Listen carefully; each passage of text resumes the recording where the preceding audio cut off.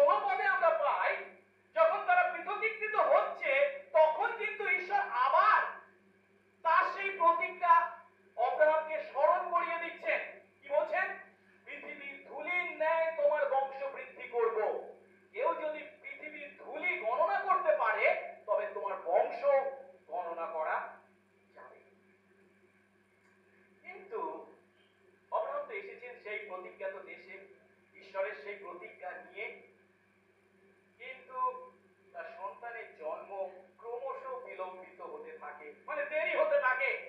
শেষে অব্রাহাম অধৈর্য হয়ে পড়ে, আর তাই তার মনের কথা ঈশ্বরকে তিনি খুলে বলেন। 15 অধ্যায়ে আমরা দেখতে পাই 2-3 পদে অব্রাহাম ঈশ্বরকে বলছেন, হে প্রভু, সদা প্রভু, তুমি আমাকে কি দেবে? আমি তো নিঃসন্তান হয়ে মারা যাচ্ছি, এবং এই দম্মেশকীয় ইলিয়েশর, যে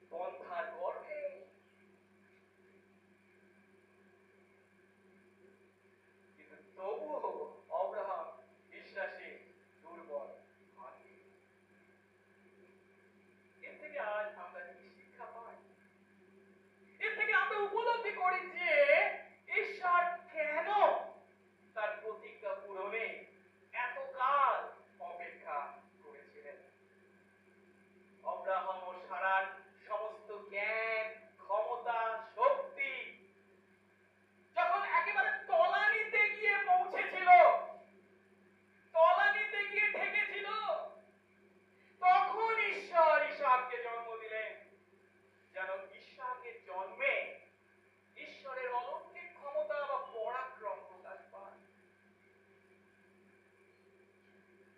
আর ইসহাকের জন্ম যেমন ঈশ্বরের অলৌকিক কাজের পরিণাম, ঠিক একইভাবে ঈশ্বরের প্রকৃত প্রতিজ্ঞাত সন্তান, ঈশ্বরের প্রকৃত সন্তান, একমাত্র সন্তান যীশু খ্রিস্টেরও এই পৃথিবীর মাটিতে মাতৃগর্ভে জন্ম হচ্ছে সম্পূর্ণভাবে ঈশ্বরের অলৌকিক ক্ষমতার পরিণাম। আর তাই তিনি অলৌকিকভাবে কুমারী মরিয়মের গর্ভে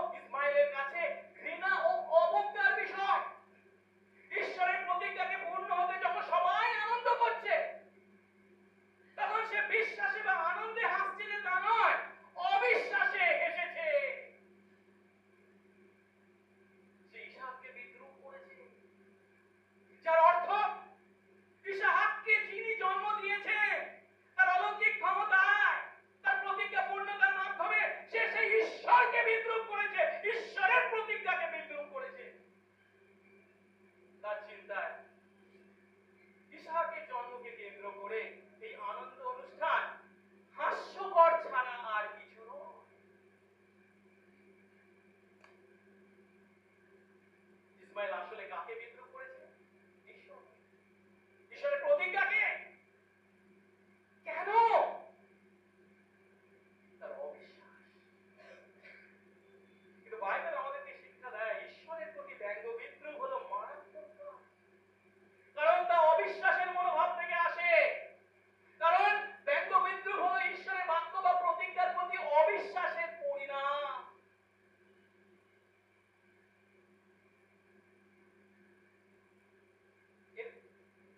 এর সংশোধন হিসেবে সম্ভব? এর থেকে মুক্তি কিভাবে সম্ভব? একমাত্র উপায়, ঈশ্বর যদি না আমাদের হৃদয়কে পরিবর্তিত করে, আমাদের মনকে পরিবর্তিত করে, যে অবিশ্বাস থেকে আমরা ঈশ্বরকে ব্যঙ্গ বিদ্রুপ করি, সেই ব্যঙ্গ বিদ্রুপ ঈশ্বরের স্তুতিতে কখনো রূপান্তরিত হতে পারে না কোনো মানুষের নিজের কাজের দ্বারা, ইচ্ছার দ্বারা, ক্ষমতার দ্বারা।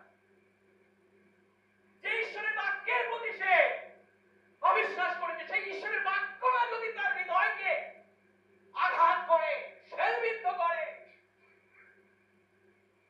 সে কখনো সেই অবিশ্বাস থেকে মুক্তি পেতে পারে না।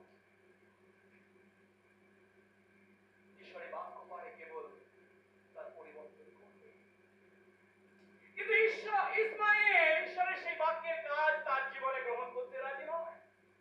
সে ক্ষোভ জানিয়েছে, ইসহাককে পরিহাস করেছে, কারণ ঈশ্বরের ইচ্ছাকে ইসমাইল গ্রহণ করতে রাজি নয়। সে ঈশ্বরের প্রতিজ্ঞাকে তথা ঈশ্বরের যুক্তিকে বর্জন করেছে। এই একই কাজ আমরা এর আগে 16 অধ্যায় তার মাকে করতে দেখেছি, হাগারকে। সে যখনই আব্রাহামের দ্বারা গর্ভবতী হয়েছিল তখন থেকেই সে সারাকে পরিহাস করতে শুরু করেছিল। শুধু তাই নয়, সন্তান জন্মাবার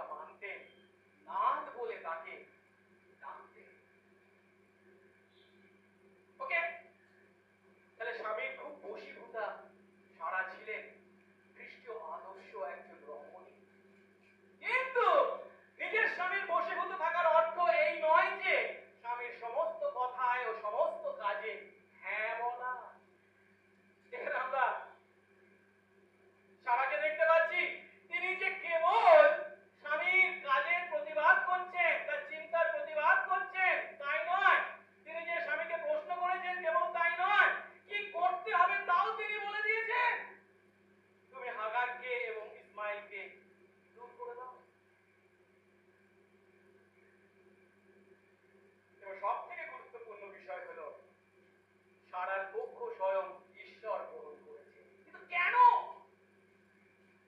এটাকে আমাদেরকে উপলব্ধি করতে হবে। কেন? তার কারণ ঈশ্বর আব্রাহামের কাছে প্রতিজ্ঞা করেছেন সন্তান দেবেন। তার জন্য সারা এবং আব্রাহামকে ঈশ্বরকে সাহায্য করে প্রতিজ্ঞা সন্তান তৈরি করা নয়, মানুষের কাজের দ্বারা কোনো কিছু লাভ করা নয়। ঈশ্বর তার প্রতিজ্ঞা তার নিজের ক্ষমতায় পূর্ণ করবেন। তার প্রতিজ্ঞা সন্তান ইসহাক, তিনি তার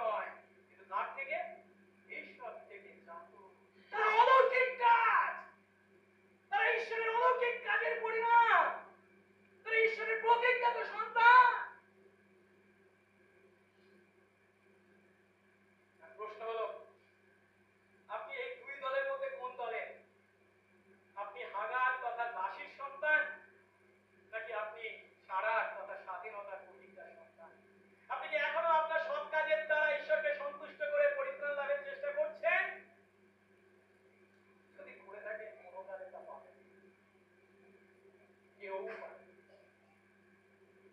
নাকি আপনি সারা কথা স্বাধীনতার প্রতিজ্ঞার সন্তান? না, প্রশ্ন হলো আপনি কি করে জানবেন আপনি কোন দলের? তিনটে আমি উপায় দিচ্ছি। প্রথম উপায়টা হলো ঈশ্বর যে যীশু খ্রিস্টেতে তার প্রতিজ্ঞা পূর্ণ করেছেন,